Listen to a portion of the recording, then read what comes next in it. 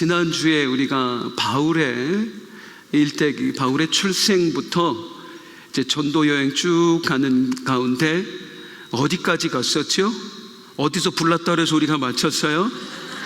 빌립보 2차 선교 여행 때 빌립보 전도 이야기 하다가 마쳤어요.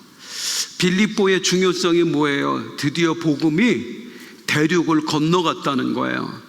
지금까지 복음은 아시아에서, 이제는 바다 건너 유럽 대륙으로 넘어갔다는 거예요. 아니 어차피 다 로마 제국인데 대륙을 건너갔다는 게 뭐가 중요합니까? 자, 아시아 대륙에서 복음을 전할 때는 그 복음 전도의 대상이, 중심이 누구였어요? 유대인이었어요. 그런데 대륙을 건너가면서부터는 이제 바뀌어요. 유대인이 아니라 누가 중심이 되는 거예요? 이방인이 중심이 되는 거예요. 이방인에게 복음이 전해지면서 이 복음이 땅끝으로 퍼져나가는 겁니다. 그리고 오늘 우리에게까지 전해진 거예요. 굉장히 중요해요. 그 빌립보에 가기 전에 바울은 거부했어요. 이 아시아에서 이렇게 복음 전도가 잘 되는데 내가 저기를 왜 가냐고. 성령이 아무리 감동을 줘도 바울이 순종하지 않았어요. 그런데 강권적으로 역사하시지요. 성령께서 마게도냐 사람의 환상을 보게 하세요. 제발 와서 우리 좀 살려달라고. 그래서 바울이 건너갑니다. 누구 갔어요? 바울, 신라, 디모데, 누가, 이렇게 네 사람이 함께 갔어요.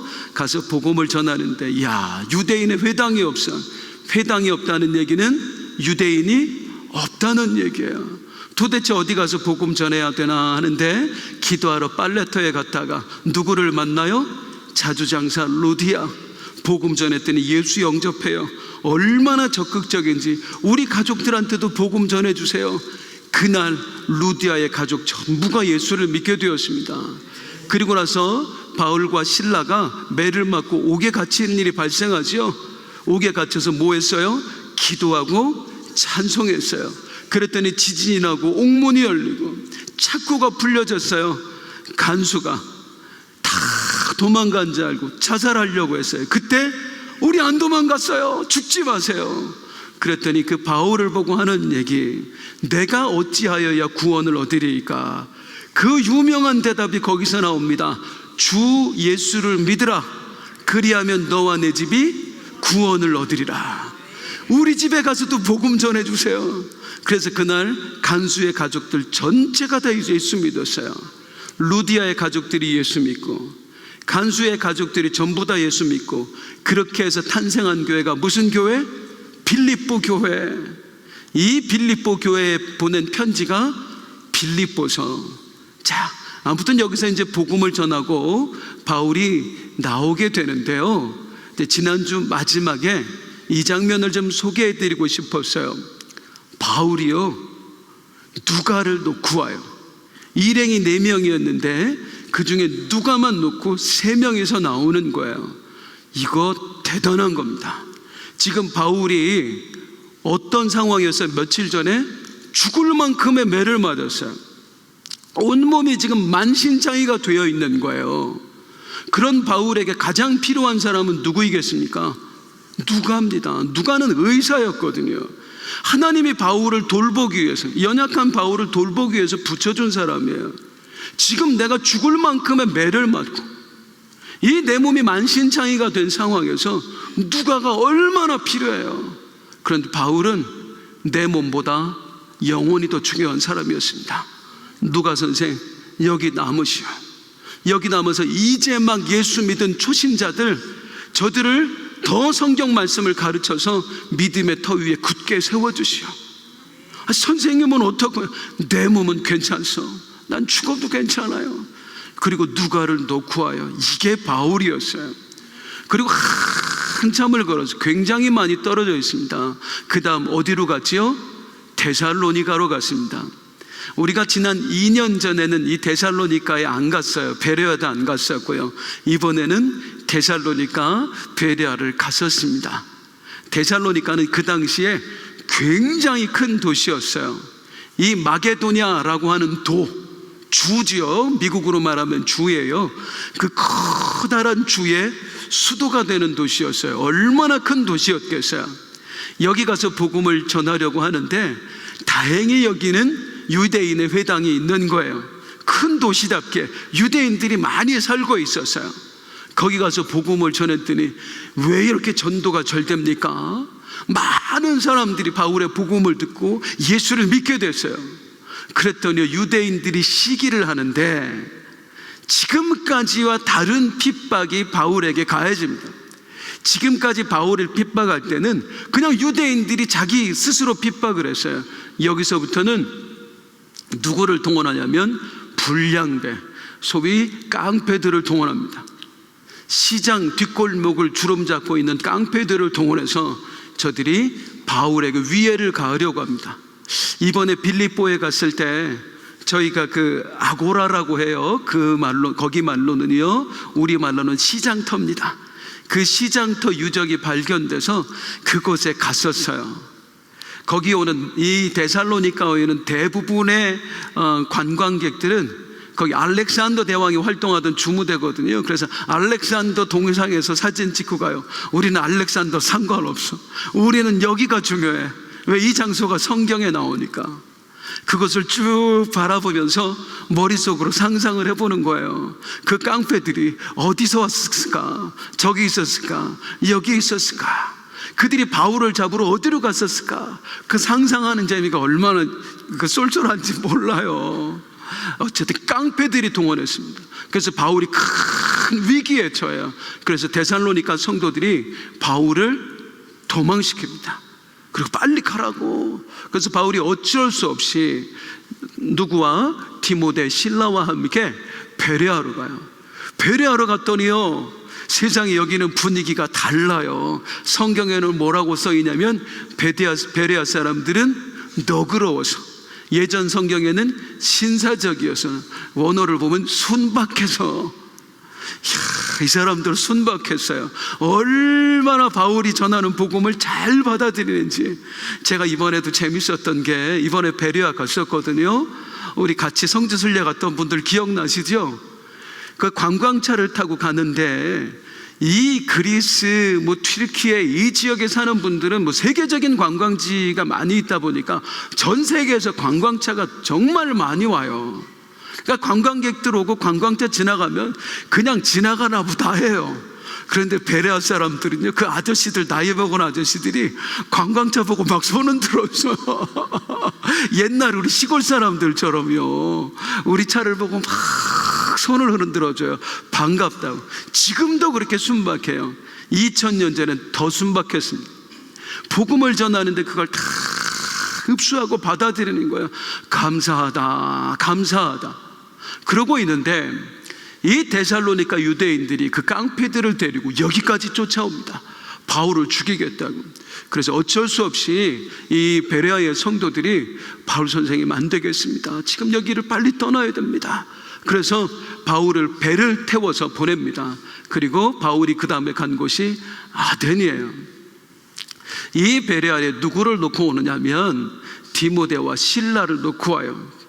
그래서 그냥 놓고 온 게 아니라 너무 급박해서, 위험해서 그냥 급하게 빠져나오느라고 헤어진 거였어요. 나중에 만나기로 하고 아덴에 왔습니다. 아덴은 오늘날의 어떤 도시였죠? 아테네예요. 그래서 아테네 많이 들어보셨죠? 철학의 도시입니다. 오늘 우리가 생각하기에는 철학의 도시지만 그 당시로 보면 솔직히 말하면 이거는 미신의 도시였어요. 온 사방 천지가 미신, 인구보다도, 사람 수보다도 신의 숫자가 더 많아요. 우상 숫자가. 그걸 보고 바울이 분노를 합니다. 바울이 너무 화가 난 상태였어요. 데살로니가 성도들은 어떡하지? 베레아 성도들은 어떡하지? 실라와 디모데는 살았나 죽었나? 감정 조절이 안 돼. 그래서 여기 철학자들에게 복음을 전하는데 사실은 복음을 전한다기보다는 그들과 논쟁을 합니다. 막 싸우듯이 얘기를 해요. 말로 이겨먹어요. 그러니까 사람들이 안 되겠으니까 어디로 데리고 가냐면 아레오바고 언덕으로 가요. 이 아레오바고라고 하는 것은 재판하는 곳이에요. 너희 말쟁이 왔는데 우리가 한번 재판을 해보자. 네가 전하는 신이 진짜 제대로 된 신인지 우리한테 한번 밝혀봐라. 이 아레오바고 언덕 위에 뭐가 있느냐면, 혹시 그리스 아테네에 관한 그 사진이나 영상 보셨어요? 파르테논 신전이라고 들어보셨어요? 네, 뭐 유명한 신전 그 나오잖아요. 사진 뭐 또 영상에 많이 나오잖아요. 그 파르테논 신전이 바로 위에 있어요. 이 아레오바고 언덕 바로 위에 있어요. 그리고 지금은 없지만 그때만 해도 아테네 그 황동으로 된 신상, 막 금빛이 난 반짝반짝 20m가 넘는 어마어마한 신상이 그 위에 세워져 있어요. 그야말로 위압감을 느끼겠죠. 이 상태에서 바울이 변론을 합니다. 그리고 열심히 하나님을 복음을 전해요. 다시 말합니다. 복음을 전한 게 아니라 사실은 말싸움을 한 거예요. 이겨먹은 거예요. 그랬더니 몇 사람이 예수님을 영접하는데 나머지는 다 안 받아들입니다. 복음은 우리의 지혜로 되는 것도 아니고요, 우리의 말로 되는 것도 아니에요. 사람의 마음을 여는 건 오직 성령님이신 줄로 믿습니다. 주님이 하셔야 돼요. 그런데 바울이 이 감정 조절에 실패해서 자기가 하려고 하는 거예요. 그래서 바울은 여기서 어쩌면 어떤 학자들은 실패다, 어떤 학자들은 아니다, 열매가 없어서 실패라가 아닙니다. 저는 바울의 그 태도 때문에 실패. 바울은 성령님을 의지하는 게 아니라 자기의 머리로, 자기의 재주로, 자기의 말발로 하려고 했어요. 그래서 실패합니다. 바울이 갔던 곳에서 유일하게 교회가 안 세워진 곳이 이 아테네입니다. 그때에 디모데가 실라가 찾아와요. 이거는 사도행전에 나오지 않아요. 데살로니가서 그곳에 나와요. 그래서 바울이 어떻게 하냐면은 나는 됐으니까 그 성도들 가서 좀 돌봐 주십시오. 이제 처음 예수 믿은 사람, 그 깡패들이 우리를 핍박했으면 성도들은 얼마나 핍박했겠습니까? 그 핍박의 믿음을 잃어버렸을지도 모릅니다. 그러니 베레아로 가시고 디모데는 데살로니가로 가서 그 성도들 좀 살펴주십시오 하고, 바울은 혼자 어디로 가냐면 이 아덴에서 어디로 넘어가요? 고린도로 넘어갑니다. 고린도는 지금 아가야 주라고 되어 있지요. 이 아가야 주의 수도였어요. 굉장히 큰 도시였어요. 큰 도시라는 얘기는 상업이 발달했다는 얘기예요. 돈이 있다는 얘기예요. 어쩔 수 없는 선택이었습니다. 바울은 지금 돈이 다 떨어진 상태였거든요. 그래서 뭔가 일을 하기 위해서 돈을 벌어야 했기 때문에 바울은 고린도로 갈 수밖에 없어요. 그런데 여기서 하나님의 역사가 일어납니다. 사실 바울은 고린도로 갈 때만 해도 고린도서에 보면 이렇게 표현해요. 내가 너희에게 갈 때 심히 두렵고 떨렸도다. 그 천하의 바울이 두근두근 떨리는 마음으로 고린도로 간 거예요. 왜? 연속해서 지금 실패했잖아요. 데살로니가에서도 깡패들 때문에 더 이상 복음 전하지 못하고 왔지요. 베레아에서도 그랬지요. 아테네에서는 자기의 지식으로 하려다가 또 실패했지요. 그리고 고린도에 가니까 도무지 자신이 없는 거예요. 고린도는 막 더 사람들이 악했거든.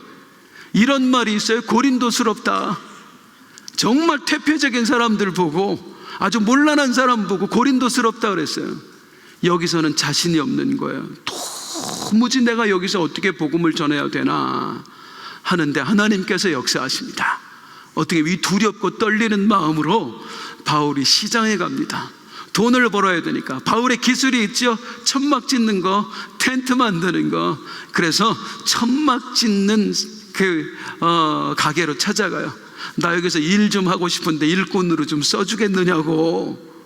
그래서 거기서 채용됐는데요, 그 가게 주인이 누군지 아세요? 그 유명한 브리스길라 아굴라 부부였어요.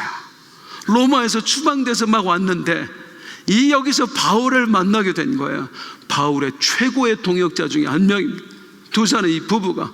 바울이 그 사람들은 자기 목숨보다도 나를 더 소중히 여겨줬다 할 정도의 동역자를 이 고린도에서 만나요.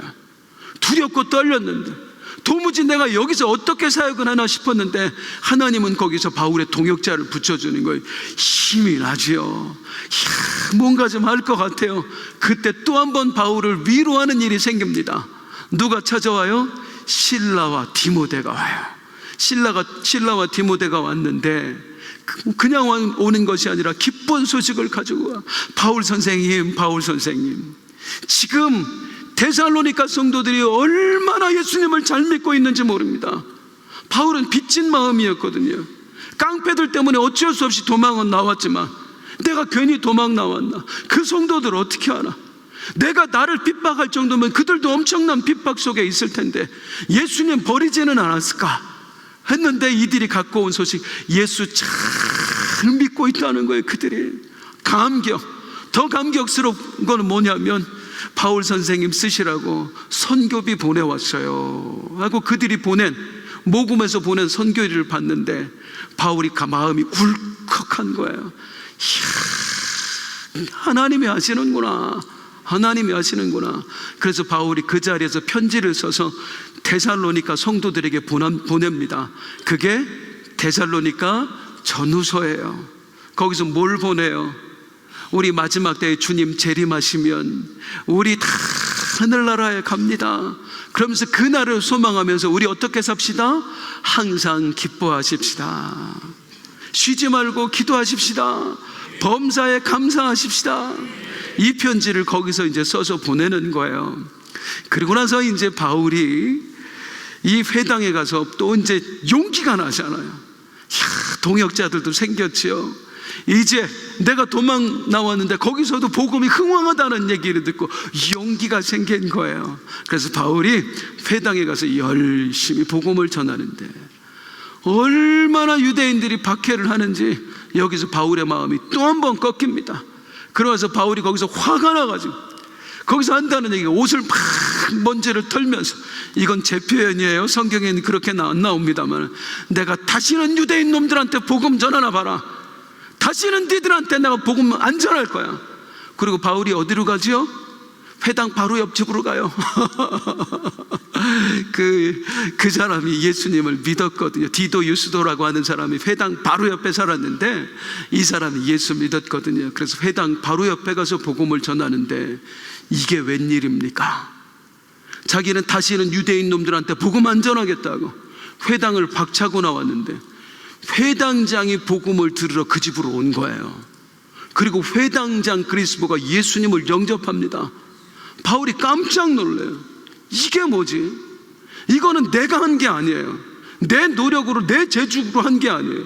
도대체 이게 어떻게 된 일이지? 그때 하나님께서 바울에게 나타나 주십니다. 그리고 바울에게 음성을 들려주세요.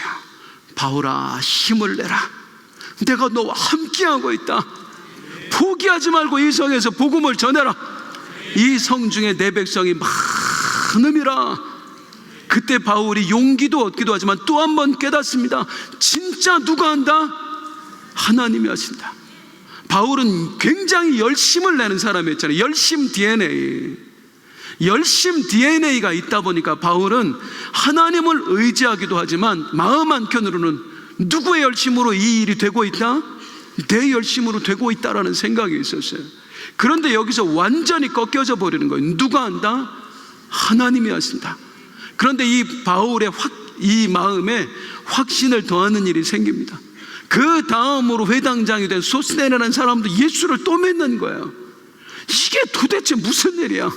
회당장만 되면 그 집으로 찾아서 복음을 듣고 예수를 영접해요. 그때 어떤 일이 벌어지냐면, 여기 아가야라고 써있죠, 지도에. 아가야 주예요. 아가야 주에 총독이 바뀝니다. 갈리오라고 하는 사람이 새로운 총독으로 부임을 해요. 그러면서 이 고린도의 유대인들이 바울을 고발을 합니다. 저자가 헛된 신을 퍼뜨리고 있다고. 그때 이 갈리오 총독이 뭐라고 얘기하냐면요, 뭐라고 판결을 내리냐면, 재판에서 니들 종교 문제를 왜 우리 로마 재판소에 가지고 와? 니들끼리 알아서 해결해. 이거 아무것도 아닌 것 같은데 대단한 일입니다. 왜냐하면 이 이후로 유대인들이 무슨 일이 생기면 바울을 로마 재판소에 고발을 못해요. 이 판결 때문에. 갈리오라는 사람은 당시에 대단한 사람이었습니다. 갈리오의 형이 로마 황제의 스승님이었어요.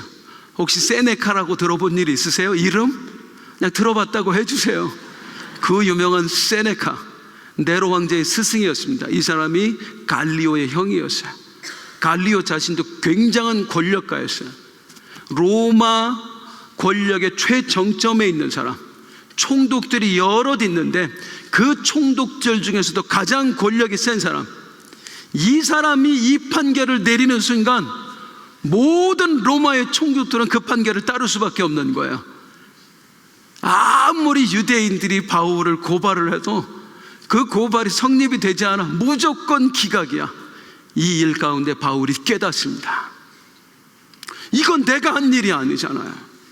하나님이 하시는 일이잖아요. 결국엔 주님밖에 없구나. 내 열심으로 하는 것 같지만 하나님이 하시는구나. 하나님의 일은 하나님이 하시는 줄로 믿습니다. 제가 그걸 여러 번 느껴요. 이번 주에 제가 우리 총회 사모님들 세미나가 있었는데 거기 강사로 다녀왔어요.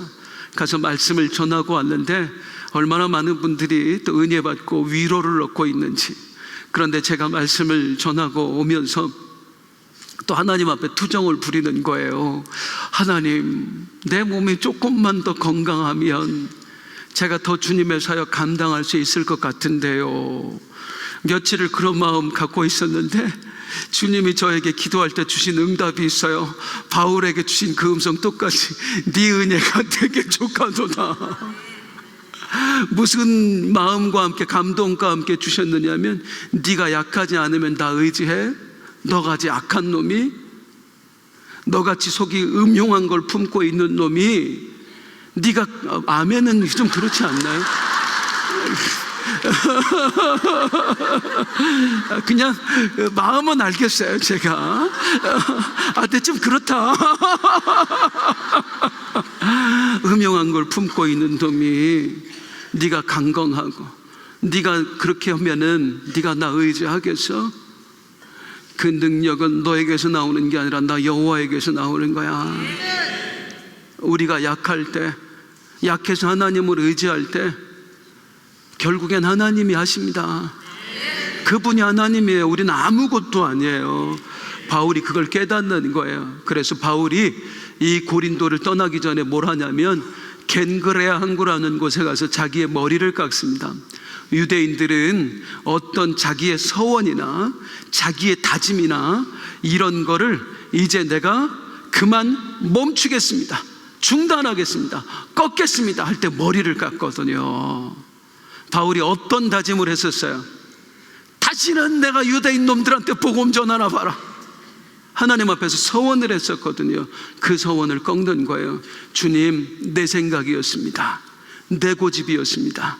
이제 나의 모든 생각은 꺾겠습니다. 오직 누구의 뜻대로? 주님의 뜻대로, 특별히 성령님의 뜻대로 내가 행하는 자가 되겠습니다. 그리고 바울이 어디로 가냐면 에베소로 건너갑니다. 에베소는 그 당시에 굉장히 큰 도시였어요. 고린도보다 더 큰 도시였어요. 브리스길라, 아굴라 부부와 함께 갑니다. 그런데 이 에베소에서요, 복음을 전하는데 얼마나 전도가 잘 되는지.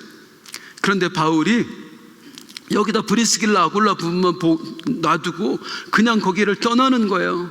나는 돌아가야 되겠습니다. 사람들이 말려, 왜 가냐고, 여기 조금만 더 머물고 복음 전해달라고. 그때 바울이 하는 얘기가 있습니다. 주님의 뜻이면, 주님이 허락하시면 다시 오겠습니다. 이게 무슨 말이냐면, 지금 주님이 가라시는 음성을 들려주시니, 성령님이 가라시니 나는 가야 됩니다. 완전히 달라졌어요. 얼마 전까지만 해도 바울은 성령님이 아무리 감동을 줘도 안 됩니다, 여기서 조금만 더 복음을 전하면 얼마나 큰 열매를 맺을 수 있는데요. 성령의 음성조차도 거부하면서 자기 뜻대로, 자기 고집대로 하려던 사람이었어요. 그 바울이 여러 가지 환난과 고난을 통해서 우리 성령의 일하심을 보면서 완전히 꺾여버렸습니다. 오직 누구의 뜻대로? 성령님의 뜻대로. 그래서 바울이 2차 전도 여행을 여기서 마치고 어디로? 안디옥 교회로 돌아가게 됩니다. 그런데 참 하나님의 은혜가 감사해요. 바울이 떠난 다음에 이 에베소로 온 사람이 있어요. 그게 그 유명한 아볼로입니다. 초대교회 최고의 설교가 아볼로가 여기 와요. 아볼로가 여기 왔다가 브리스길라에게 복음을 듣고 브리스길라에게 성경 공부를 받습니다. 그래서 예수 그리스도가 메시아라는 확신을 가지고 이 아볼로가 바울이 열심히 복음을 전했지만 바울과 충돌을 일으켰던 고린도에 가서 고린도 성도들을 완전히 뒤집어놔 버려요. 저는 이게 감사한 게 하나님이 왜 바울이 그렇게 에베소에서 복음 전도가 잘 되는데 바울을 떠나게 하셨을까? 아볼로 때문이라고 생각을 해요. 바울 성격상 아볼로랑 한판 붙습니다. 어쩌서 사람은 이게 본성은 쉽게 변하지 않아요. 그런데 그랬다면 아볼로라는 그 위대한 설교가도 없었을 거예요. 그런데 하나님은 바울도 쓰실 계획을 가지셨고 아볼로를 쓰실 계획도 가지셨고 이 두 사람을 통해서 다 하나님의 도구일 뿐이에요. 하나님의 일은 누가 하신다? 하나님이 하신다. 그리고 이제 바울은 안디옥 교회로 돌아가는데요, 안디옥 교회로 돌아가기 전에 바울이 들른 곳이 있습니다. 어디입니까? 여기 지도에 혹시 나와요? 잘라 먹었는데, 그렇죠, 가이사랴로 갑니다. 왜 가이사랴로 가냐면 바울이 직접 눈으로 확인하고 싶은 게 있었어요. 그게 뭐였냐면 가이사랴 교회 공동체의 모습이었습니다. 가이사랴 공동체, 가이사랴 교회는 언제 세워졌냐면 몇 년 전에 베드로가 백부장 고넬료에게 복음을 전해서 그 가정이 다 예수를 믿고 세워진 교회가 가이사랴 교회입니다. 근데 바울은 왜 이 가이사랴 교회를 보고 싶어 했을까요? 가이사랴 교회에는 최초로 이방인들에게 성령이 쏟아 부어진 역사가 일어났었어요. 오순절에 부어진 성령의 역사가 이 가이사랴 고넬료의 집에도 동일하게 일어났었거든요. 바울은 그 소식을 알고 있었단 말이에요. 그걸 확인하고 싶었던 거예요. 오직 성령의 일은 성령이 하신다. 성령께 순종할 때 역사가 일어난다. 이걸 깨달은 바울은 가장 마음에 급한 게 뭐예요? 내가 복음 전에서 예수 믿게 된 우리 성도들, 그들 결국에는 뭐 받아야 산다? 성령 받아야 산다. 그래서 성령 받은 사람들을 자기 눈으로 확인하고 싶었습니다. 특별히 이방인들에게 성령이 부어졌을 때 어떤 역사가 일어나나, 그 모델 교회가 가이사랴 교회였던 거예요. 그 가이사랴 교회의 모습을 보고 확신을 얻습니다. 결국에는 성령밖에 없다. 성령 받아야 산다. 그리고 안디옥 교회에 돌아와서 즉시로 다시 전도 여행을 떠나요. 어디로 떠났을까? 이제 3차 전도 여행을 보내주세요. 3차 전도 여행 어디로 떠나요? 쭉 화살표 보니까 길리기아로 가요, 루스드라로 가요, 이고니온으로 가요, 안디옥으로 가요. 쭉 보니까 어디로 갔었어요? 바울이 복음 전했던 곳, 바울이 복음 전해서 교회가 세워진 곳, 그들을 열심히 찾아다녔어요. 뭐 전하라고? 다시 복음 전하고, 특별히 성령 받아야 됩니다. 성령 받아야 됩니다. 그걸 어떻게 할 수 있어요? 열심히 돌아다닌 바울이 에베소로 돌아옵니다. 이제 에베소 그 화면으로 보여주시면 돼요. 에베소로 돌아옵니다. 에베소로 돌아와서 예수 믿는 사람들 만났어요. 만나자마자 예수 믿는 사람들인 걸 알고 바울이 첫 번째 물어본 게 뭐였어요? 너희가 믿을 때에 성령을 받았느냐? 지금까지 계속 그것만 하고 다닌 거예요. 성령 받았습니까? 성령 받아야 됩니다.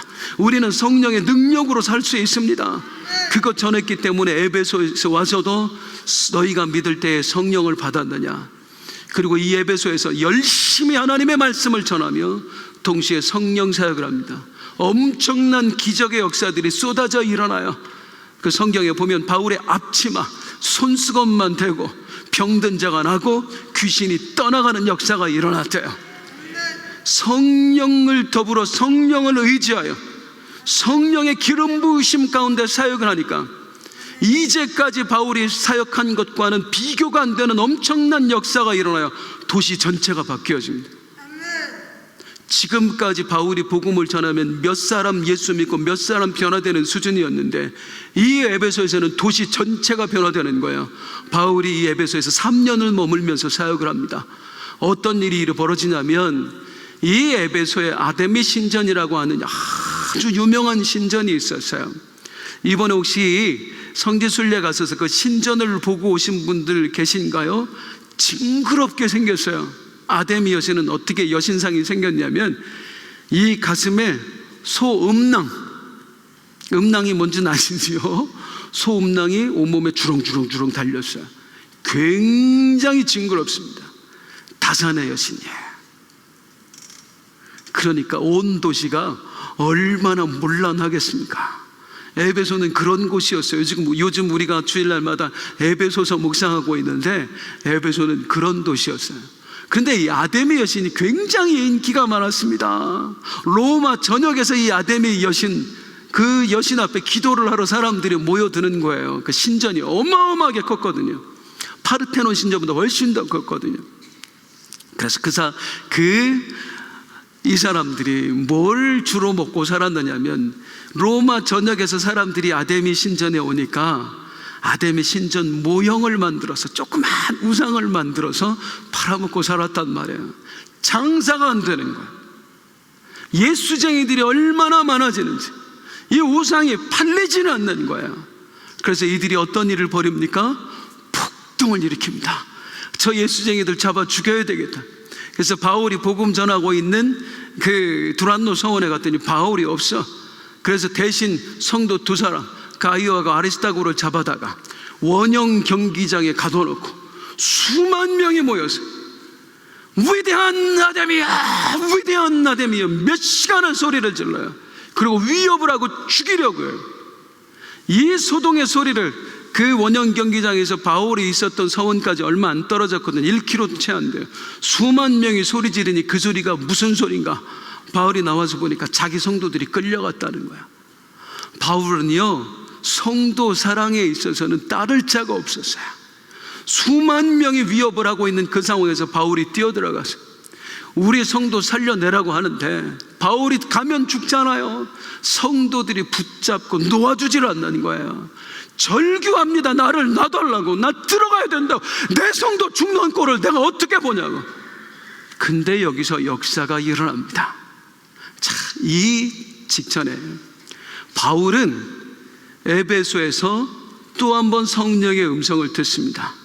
이제 너는 에베소를 떠나라. 그리고 예루살렘을 거쳐 너는 로마로 가라 라는 성령의 음성을 들어요. 그래서 바울은 브리스길라 아굴라 부부도 다 로마로 보내요. 많은 사람을 로마로 보내요. 우리 성령께서 가라 하신 나도 갈 것입니다. 미리 가서 복음을 전하고 오십시오 했는데 정작 에베소를 바울이 못 떠나는 거예요. 사람이 이렇게 약하다고요. 성령님을 의지한다고 하면서도 여전히 바울은 이 성도들이 믿음지가 않은 거예요. 그래서 이곳을 떠나지를 못하고 있을 때 그 일이 일어난 겁니다. 폭동이 일어난 거예요. 바울이 들어가서 내가 우리 성도들과 같이 죽어야 된다고 하는데 하나님이 어떻게 역사하시냐면 예수도 믿지 않는 그 에베소 행정관이 나타나서 아니 그 무리들을 말 몇 마디로 설득을 하더니 그냥 해산시켜버리네. 아무것도 아닌 것처럼 문제가 해결돼 버리네. 여기서 바울이 또 한 번 깨집니다. 우리 인생에는 그래요. 우리가 이만하면 내가 성장했구나, 이만하면 내가 믿음이 있구나, 더 잘할 것이 없는 것 같아도 하나님 보시기에는 늘 부족합니다. 바울이 그렇잖아요. 그런데 우리는 그걸 깨닫지 못하고 하나님 내가 이만큼 성장했고 이만큼 믿음으로 사는데 그런데도 아직도 나를 연단하십니까? 우리는 죽을 때까지 연단받아야 됩니다. 그리스도에게까지 자라야 돼요. 바울에게 그걸 원하셨어요. 바울이 거기서 완전히 녹아지는 거예요. 진짜로 하나님이 하신다. 이 에베소 성도 어떻게 하자? 하나님께 맡기자. 그리고 나서 거기를 떠나기로 이제 드디어 또 한 번 순종을 결단합니다. 그리고 떠나가기 전에 어떻게 해요? 자기 성도들 돌아봐야지요. 그래서 바울이 에베소에서 어디로 가냐면 저 위쪽에 마게도냐 지역으로 가요. 그래서 빌립보, 데살로니가, 베레아 이 지역을 쭉 돌아보고 그리고 나서 고린도까지 가요. 고린도에 가서는 3개월 있습니다. 고린도에 갔더니 소식이 들려오는데 이 바로 옆에 로마 있지요? 예, 왼쪽으로 보면 거기가 로마예요. 로마에 브리스길라 아굴라 부부 보낸 지 얼마나 됐다고 거기서 예수 믿는 사람들이 늘어가고 있다는 거예요. 너무 감사해서 거기서 로마 성도들에게 보낸 편지가 로마서. 거기서 로마서를 써요. 복음이란 무엇인가? 이방인들에게 어떻게 구원이 임하는가? 그 로마서를 써요. 그리고 나서 이제 고린도에서 드디어 예루살렘으로 가자 하는데 유대인들이 바울을 죽이려고 지키고 있다는 그 첩보를 듣습니다. 그래서 바울이 배를 타지 못하고 다시 어디로 가냐면 육로를 통해서 마게도냐 지역을 거쳐서 가요. 이렇게 쭉 다시 자기 성도들을 만나고 가는 거예요. 그리고 쭉 거쳐서 드로아라는 지역으로 갑니다. 이제 이 드로아 이야기를 잠깐 해드리겠습니다. 드로아에 갔더니 사람들이 잔뜩 모여 있습니다. 이들 모두에게 하나님이 응답을 주셨어요. 성령께서 기도하는 중에 어떤 응답? 바울은 지금 예루살렘에 가면 잡힐 것이고 죽게 될 것이다. 사람들이 막 말려. 그런데도 바울은 끝까지 죽겠다고 말을 안 듣는 거예요. 그리고 이제 드로아까지 온 거예요. 그래서 바울 어쩌면 마지막으로 볼지도 모른다 그러고 많은 사람들이 모여들었습니다. 그리고 바울이 거기서 설교를 하는데 바울은 솔직히 그렇게 설교를 썩 잘하는 사람은 아니었어요. 고린도 성도들이 바울은 말하는 게 좀 시원찮아 막 그렇게 얘기를 하거든요. 그런데 마지막이라고 하니 설교를 얼마나 늦게까지 했겠습니까? 그러다가 무슨 사건이 벌어져요. 3층에서 창가에 걸터 앉아서 졸고 있던 저희 종씨 유두고 형님이 떨어져 죽어요. 이야, 이 사건에 대해서 말씀드리고자 합니다. 우리 하나님이 하시는 일에는 실수가 없다. 그냥 하시는 일이 없다. 먼저 이 유두고라는 사람의 오해에 대해서 좀 풀어드려야 되겠는데, 유두고의 이름은 우리로 말하면 돌쇠입니다. 돌쇠. 뭐 하는 사람이겠어요? 머슴이었어요. 남의 집 종이었습니다. 그러니까 지금 새벽까지 바울이 밤이 새도록 설교를 하고 있는데 이 유두고 뭐 하고 있다 온 거예요? 새벽부터 지금까지 밤늦게까지 온종일 일하다 온 거예요. 그리고 늦게 와서 자리가 없으니까 창가에 걸터 앉은 거예요. 3층에 잘 보이지도 않아. 바울 설교도 좀 지루해. 열기는 올라오니까 막 졸려. 두 눈을 그냥 부릅뜨고, 제가 이 금요 성령 터치마다 부릅뜨고 말씀을 듣는 분들 감동을 받는 유두고가 그러다가 결국에는 졸다 떨어져 죽었습니다. 그런데 바울이 가서 그 죽었던 유두고 기도를 하니까 유두고가 살아나죠. 하나님의 역사예요. 그냥 살아났다가 중요한 게 아니라 왜 살려내셨는가 중요한 거예요. 지금 바울은 떠나면 어쩌면 다시 만날 수 없습니다. 몇 년 후면 이 전체 지역에 대대적인 로마 제국의 기독교 박해가 시작이 됩니다. 수많은 사람들이 십자가에 못 박혀 죽을 거고 사자밥이 되어 죽게 될 것입니다. 그 일이 있기 전에 우리 하나님은 마지막으로 바울을 통해, 바울이 무슨 메시지 전했겠어요? 뻔하지요. 예수 그리스도 믿으면 어디 갑니다? 우리 다 천국에서 그 복음 전했을 거 아니에요. 우리 부활합니다. 천국 갑니다. 영원히 삽니다. 그걸 눈앞에서 보게 한 겁니다. 죽은 사람이 실제로 살아나는 걸 보게 하는 거예요. 우리 하나님 살아계시는구나. 하나님 믿는 사람은 죽어도 죽은 게 아니구나. 그걸 보게 하시고 바울의 그 드로아 사역을 마치게 하시는 겁니다. 우리 하나님 실수가 없으신 하나님. 이걸 본 사람들이 그 초대교회의 박해를 이겨내는 거고, 이 소식을 전해 들은 사람들이 사자밥이 되기를 주저하지 않은 것입니다. 때로 우리 인생에 고난이 찾아올 때가 있어요. 왜 하나님이 이런 고난을 허락하셨을까? 하나님이 실수한 거 아닐까? 그런데 그 고난을 통해서 지금까지 뭐 하셨어요? 내 믿음 키워내셨어요. 나에게 확신을 주셨어요. 그걸 통해서 날마다 나를 성장시키고 어떠한 환난에도 흔들리지 않는 사람으로 하나님 만들어내시는 줄로 믿습니다. 그 일 하신 거예요. 그리고 이제 바울이 어디로 가냐면 밀레도라고 하는 항구로 가요. 성경의 사도행전에서 제가 제일 좋아하는 구절 중에 하나. 여기 갔는데 바울이 에베소에서 3년 동안 목회했다고 그러잖아요. 에베소 성도들이 얼마나 보고 싶어. 다 오라고 그러면 저들이 위험해질까 싶어서 장로들만 초청을 해서 이 밀레도 항구에서 만나요. 그리고 마지막 이별을 해요. 그 사람들도 다 응답받아서 기도하는 사람들이다 보니까 바울이 지금 가면 잡힐 거고 죽을 거다라는 응답 받았어요. 그래서 말리는 거예요. 절대 안 된다고. 꼭 가셔야 되겠느냐고. 성령께서 말씀하셨습니다. 가시면 죽습니다. 그래도 가셔야 되겠습니까? 그때 그들을 향해 바울이 했던 그 유명한 말, 그게 오늘 성경 본문입니다. 사도행전 20장 24절 말씀 시작. 내가 달려갈 길과 주 예수께 받은 상 곧 하나님의 은혜의 복음을 증언하는 일을 마치려 하면 나의 생명조차 조금도 귀한 것으로 여기지 않. 이런 사람이었어요. 이런 신앙이에요. 하나님이 나에게 맡기신 사명이 있습니다. 예루살렘으로 가라 했고 로마로 가라 했습니다. 땅끝까지 가서 복음을 전하라 하셨습니다. 그 사명을 마치려 하면은 나의 생명조차 나에게는 조금도 귀하지 않습니다. 그리고 거기서 입을 맞추고 눈물의 이별을 해요. 그리고 바울은 거기서 배를 타고 어디로 갑니까? 이제 예루살렘으로 옵니다. 그 과정에서요, 두로에 들렸더니 두로 교회 공동체도 말려요. 가면 죽습니다. 가지 마세요. 가이사랴에 갔더니요, 거기 빌립 집사 있었거든요. 딸 넷이 예언하는 사람인데 이 예언하는 딸 넷이 막 말려요. 예루살렘에 가지 마세요. 가면 죽습니다.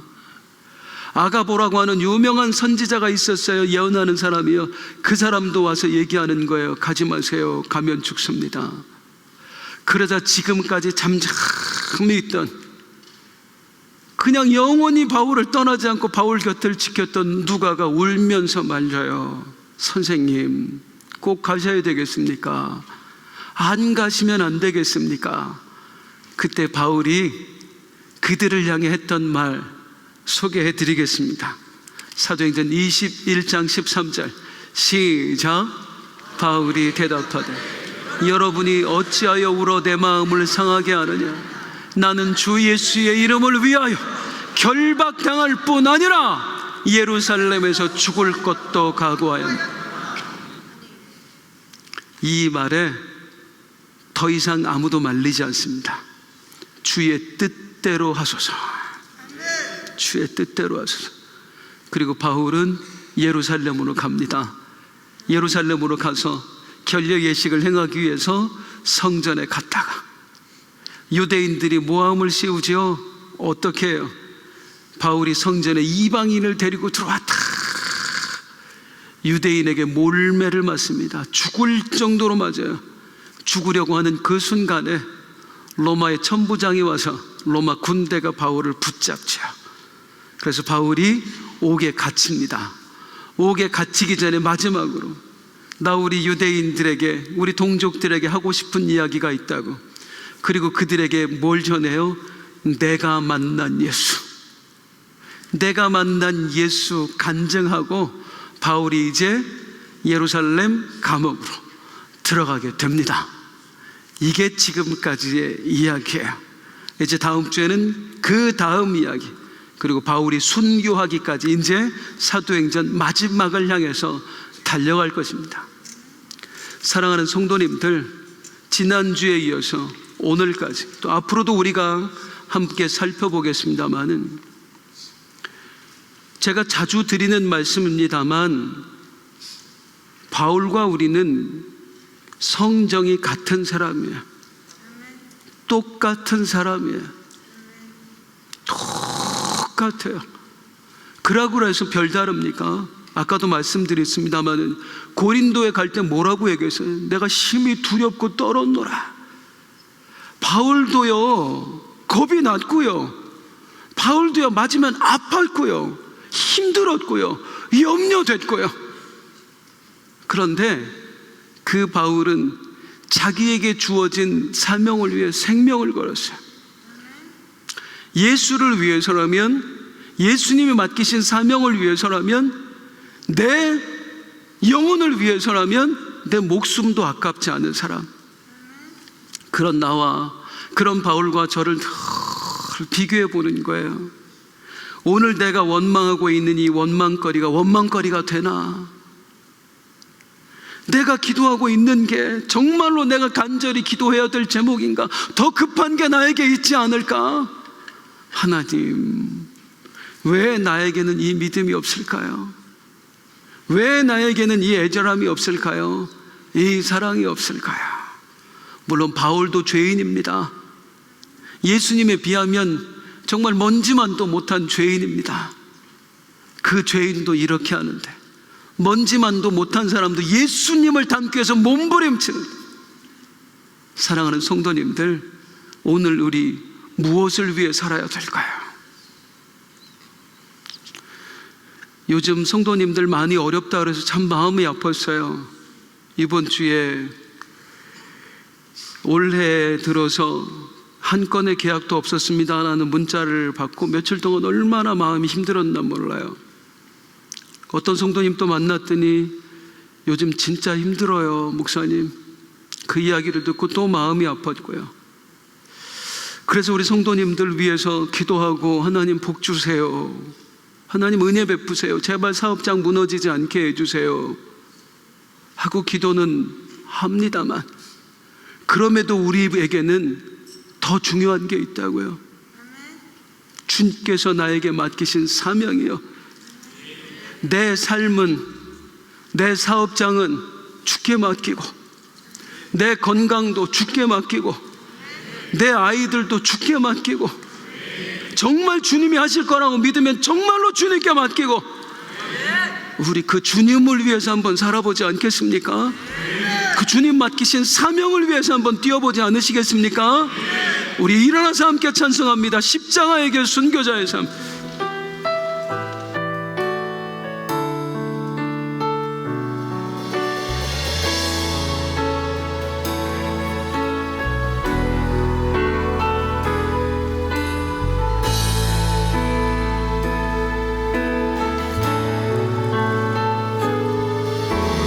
내 마음에 주를 향한 사랑이, 나의 말엔 주가 주신 진리로,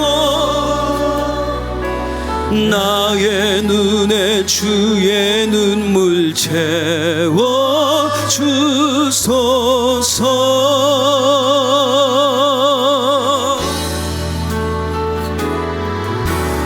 내 입술에 찬양의 향기가, 두 손에는 주를 닮은 섬김이, 나의 삶에 주의 은정 남게 하소서.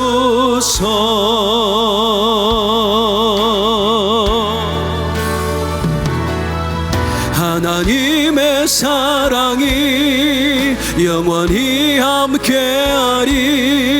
십자가의 길을 걷는 자에게, 순교자의 삶을 사는 이에게,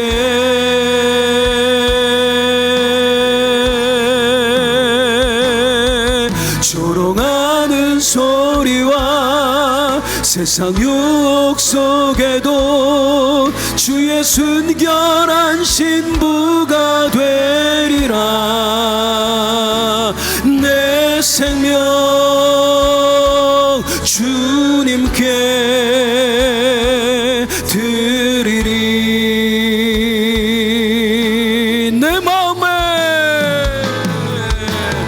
내 마음에 주를 향한 사랑이, 나의 말엔 주가 주신 진리로, 나의 눈에 주의 눈물 채워 주소서.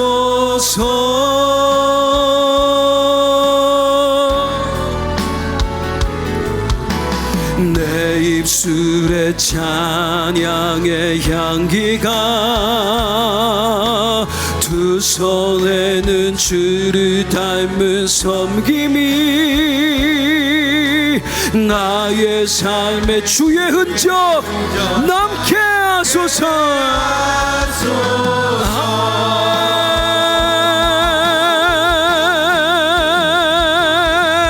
하나님의 사랑이 영원히 함께하리. 십자가의 길을 걷는 자에게 순교자의 삶을 사는 이에게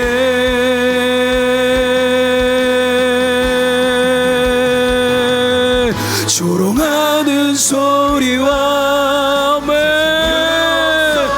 주의 순결한 신부가 되리라. 이란 내 생명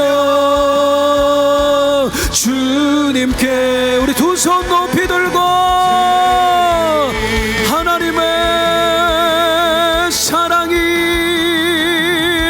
하나님의 사랑이 영원히 함께하리. 십자가의 길을 고백해봐요.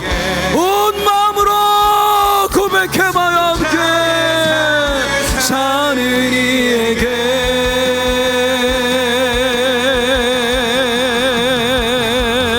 조롱하는 소리와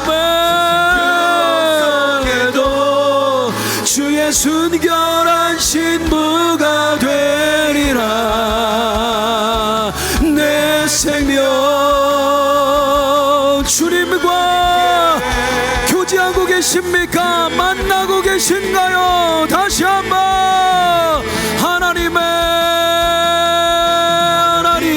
사랑이 영원히 함께하리. 십자가의 길을 걷는 자에게 순교자의 삶을 사는 이에게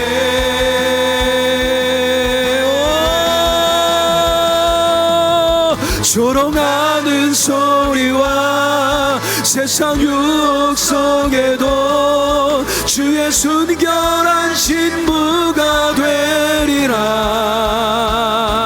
내 생명 주님께 다시 함께 온 마음으로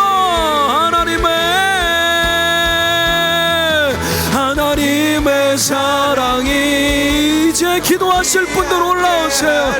찬양팀 내려가시고 기도하실 분들, 감동되시는 분들, 결단하실 분들 올라오세요. 주님 만나기를 원하시는